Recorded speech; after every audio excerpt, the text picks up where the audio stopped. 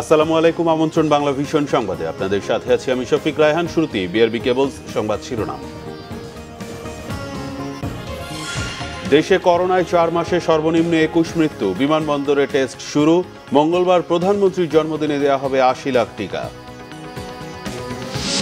প্রধানমন্ত্রীর বিশ্ব সম্মানে গাত্রদাহে ভুগছে বিএনপি ও ওবায়দুল কাদের। রোহিঙ্গা ইস্যুতে বিদেশ থেকে ফায়দা নিচ্ছে সরকার, অভিযোগ মির্জা ফখরুলের।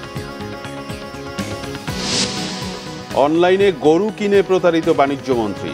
যুবক ও ডেস্টিনি সম্পদ বিক্রি করে 50 থেকে 60% পাওনা পরিশোধের চিন্তা। পাঠ্য বইয়ে মুক্তিযুদ্ধ নিয়ে ভুল ব্যাখ্যা, এনসিটিবির চেয়ারম্যান ও মেম্বারকে হাইকোর্টে তলব, দ্রুত শুনানির আবেদন।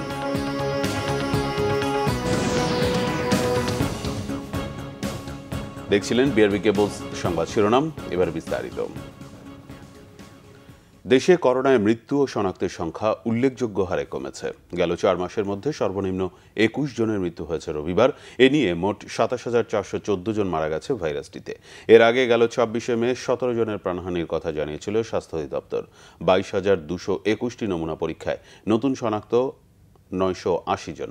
মোট শনাক্ত 15,51,351 জন। নতুন 1,300 জন সহ এ পর্যন্ত সুস্থ হয়েছেন 15,11,479 জন। রবিবার গণমাধ্যমে পাঠানো স্বাস্থ্য অধিদপ্তরের প্রেস বিজ্ঞপ্তিতে এ তথ্য জানানো হয়। মৃত্যুর হার 1.77%, শনাক্ত 4.41 এবং সুস্থতার হার 97.430%।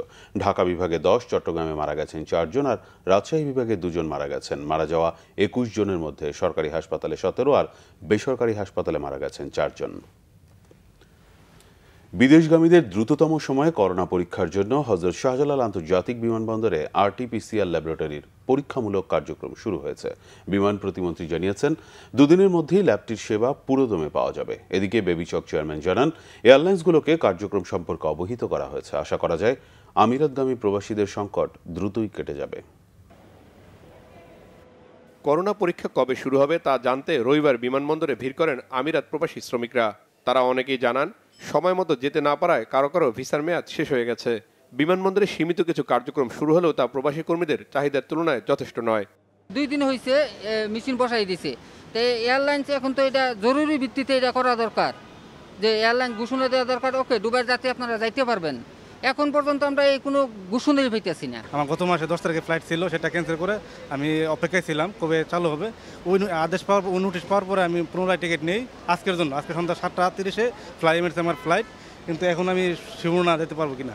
এদিকে বিমানবন্দর পরিদর্শন করে প্রতিমন্ত্রী মাহবুব আলী জানান, মঙ্গল বুধবারের মধ্যে ল্যাব টেস্টের সেবা পুরোদমে মিলবে বিমানবন্দরে। সম্ভবত 48 ঘন্টা সময় লাগবে। যারা এর মধ্যে পিসিআর টেস্ট করতে হবে বাইরের, প্লাস ফ্লাইটও তারা টিকিট বিক্রি করতে হবে। আমাদের পক্ষ থেকে এই বেসামরিক বিমান চলাচল কর্তৃপক্ষ পক্ষ থেকে সমস্ত ধরনের সুযোগ সুবিধাই তাদেরকে দেওয়া হয়েছে। যত যাত্রী যাবে আমরা সবার টেস্ট করার জন্য প্রস্তুত আছি। এখানে অন্য ল্যাবে আমরা রিপোর্ট দিই 1 দিন 2 দিন পরে, কিন্তু এখানে আমাদের 6 ঘন্টার মধ্যে রিপোর্ট দিতে হবে।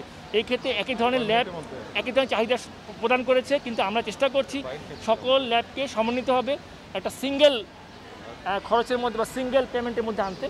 এর আগে রবিবার সকালে সচিবালয়ে বিশ্ব পর্যটন দিবস উপলক্ষে আয়োজিত সংবাদ সম্মেলনে বেসামরিক বিমান চলাচল কর্তৃপক্ষের chairman air vice marshal Mofidur Rahman জানান, প্রত্যেক যাত্রীকে 48 ঘন্টা আগে পিসিআর টেস্ট করতে হবে।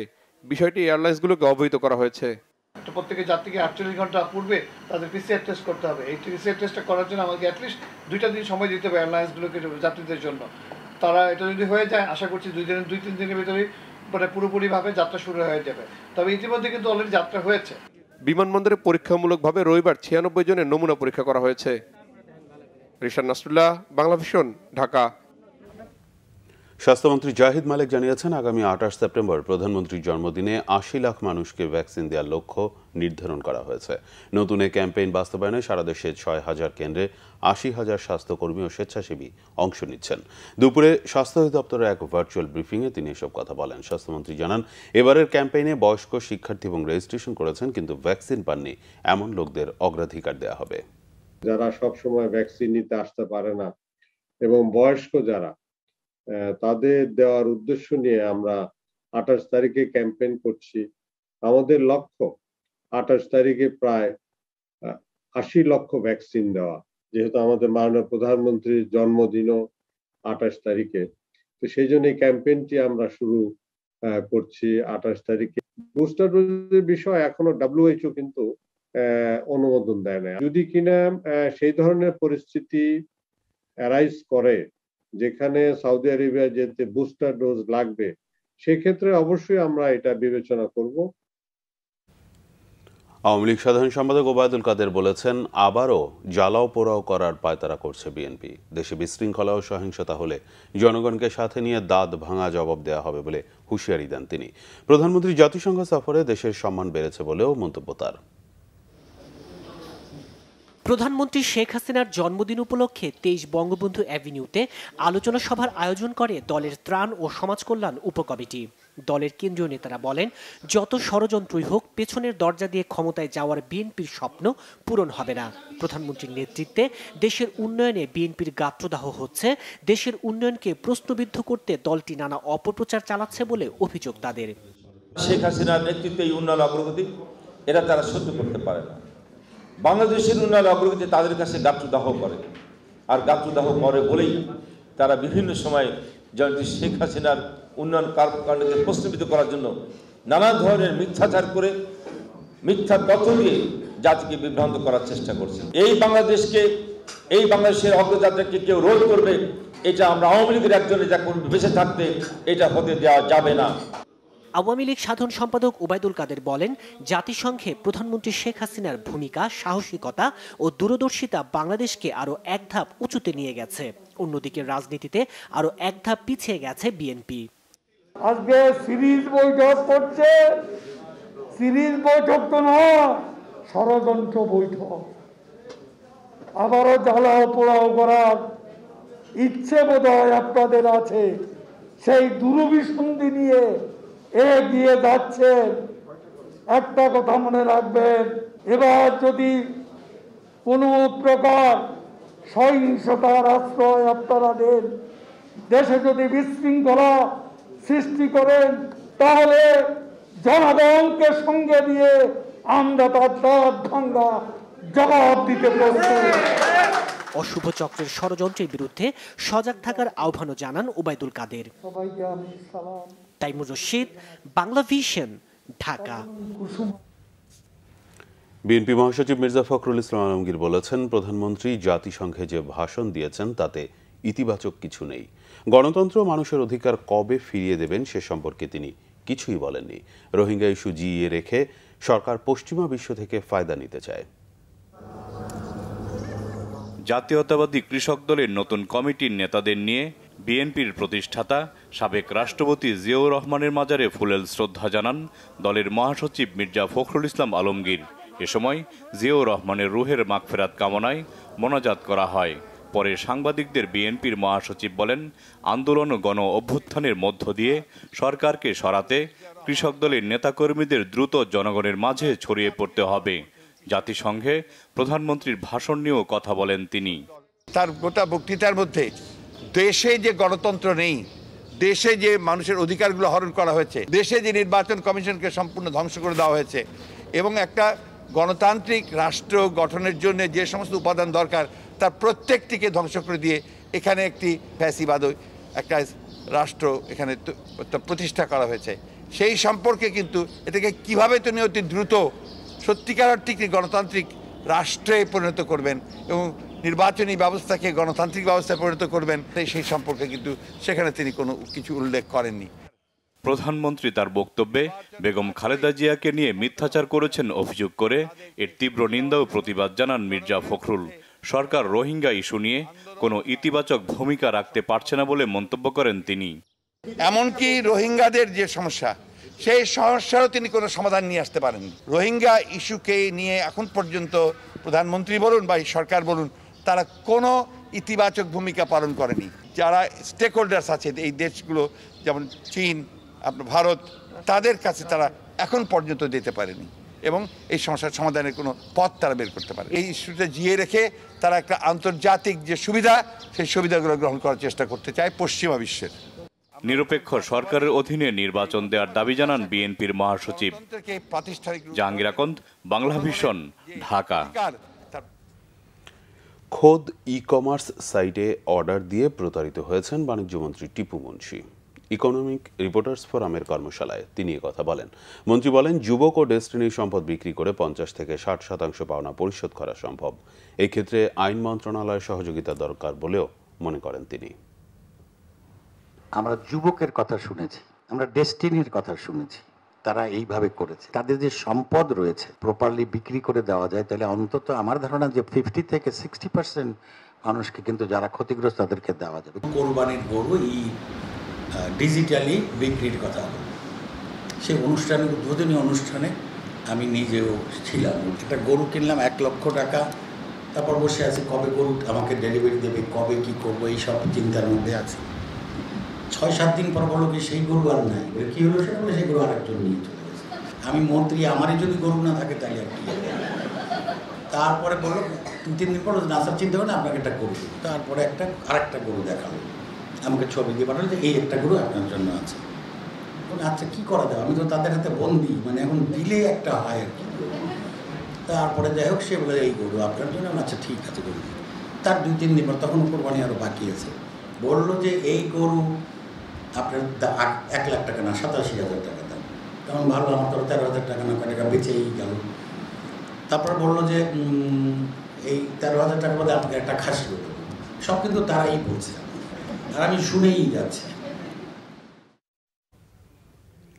মুক্তিযুদ্ধ নিয়ে পাঠ্য বইয়ে থাকা ভুলের ব্যাখ্যা দিতে জাতীয় শিক্ষাক্রম ও পাঠ্যপুস্তক বোর্ড এনসিটিভির চেয়ারম্যান ও মেম্বারকে তলব করেছে হাইকোর্ট।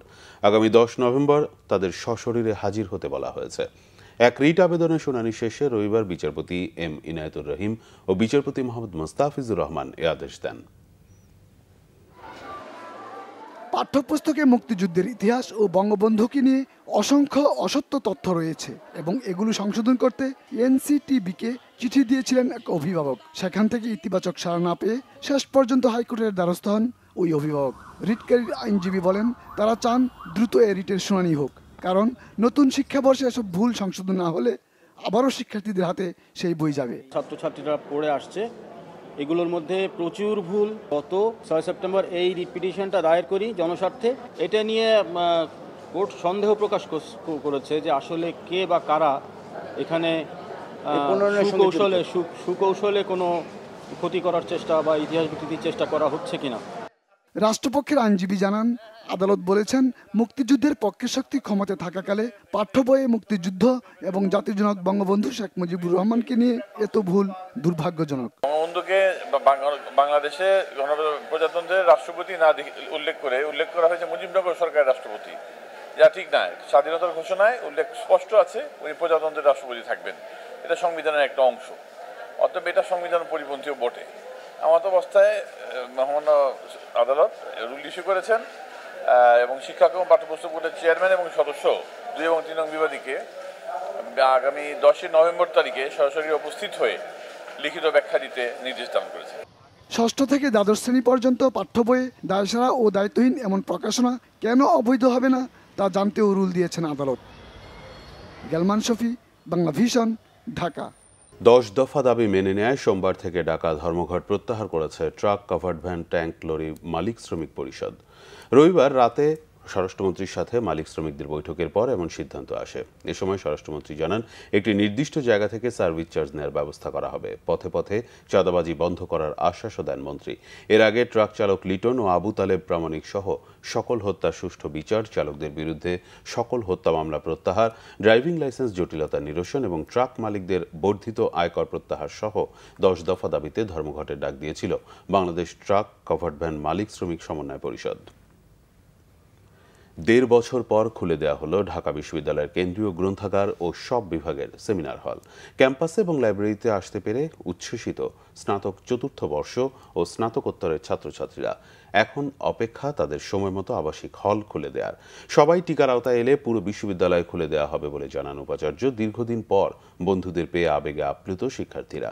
চেনা গ্রন্থাগারে ঢুকতে পেরে উচ্ছ্বসিত তারা। তবে প্রবেশপথ থেকে গ্রন্থাগারের ভিতরে স্বাস্থ্যবিধির বিষয় ছিল বেশ কড়াকড়ি। এই 2 বর্ষের শিক্ষার্থীদের জন্য 5 অক্টোবর থেকে খুলে দেওয়া হবে আবাসিক হলগুলো। অন্যদিকে প্রথম থেকে 3য় বর্ষের শিক্ষার্থীরা অধীর অপেক্ষায় তাদের বিষয়ে সিদ্ধান্তের। ঢাকা বিশ্ববিদ্যালয়ের 38,000 ছাত্রছাত্রীর মধ্যে 31,000 শিক্ষার্থী করোনার টিকার আওতায় এসেছেন। এক যুগেরও বেশি সময় ধরে অপারেশন বন্ধ ঝালকাঠির নলসিটি উপজেলার স্বাস্থ্য কমপ্লেক্সে। জনবলের অভাবে চিকিৎসা থেকে বঞ্চিত উপজেলার প্রায় 2 লাখ মানুষ। 50 শয্যার এই হাসপাতালটিতে 10 জন বিশেষজ্ঞ চিকিৎসকের পদ থাকলেও সবকটিই শূন্য। ছোটখাটো অপারেশনও হয় না ঝালকাঠির নলছিটি উপজেলার স্বাস্থ্য কমপ্লেক্সে। এক যুগ ধরে তালা দেয়া অপারেশন থিয়েটার। 50 শয্যার এই হাসপাতালটিতে 10 জুনিয়র কনসালটেন্টের পদ থাকলেও সবকটি পদই শূন্য।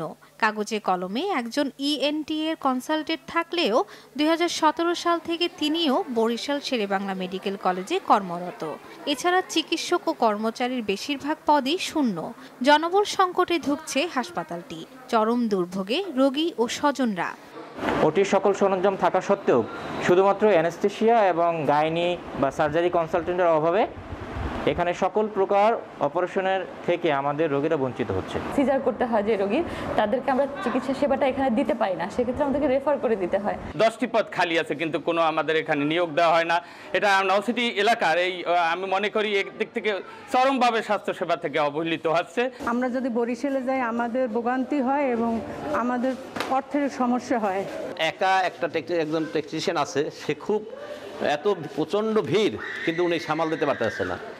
সমস্যা সমাধানে বারবার কর্তৃপক্ষের কাছে আবেদন করেও ফল মিলছে না বলে জানিয়েছে উপজেলা স্বাস্থ্য ও পরিবার পরিকল্পনা কর্মকর্তা।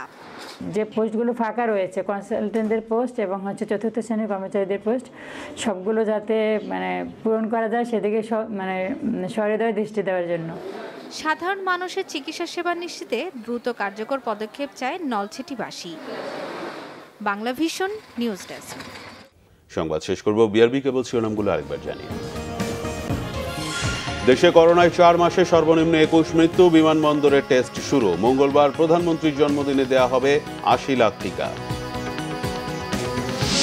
প্রধানমন্ত্রীর বিশ্ব সম্মানে গাত্রদাহে ভুগছে বিএনপি। ওবায়দুল কাদের। রোহিঙ্গা ইস্যুতে বিদেশ থেকে ফায়দা নিচ্ছে সরকার, অভিযোগ মির্জা ফখরুলের। অনলাইনে গরু কিনে প্রতারিত বাণিজ্য মন্ত্রী। যুবক ও ডেস্টিনির সম্পদ বিক্রি করে 50 থেকে 60% পাওনা পরিশোধের চিন্তা। পাঠ্য বইয়ে মুক্তিযুদ্ধ নিয়ে ভুল ব্যাখ্যা। এনসিটিবির চেয়ারম্যান ও মেম্বারকে হাইকোর্টে তলব। দ্রুত শুনানির আবেদন।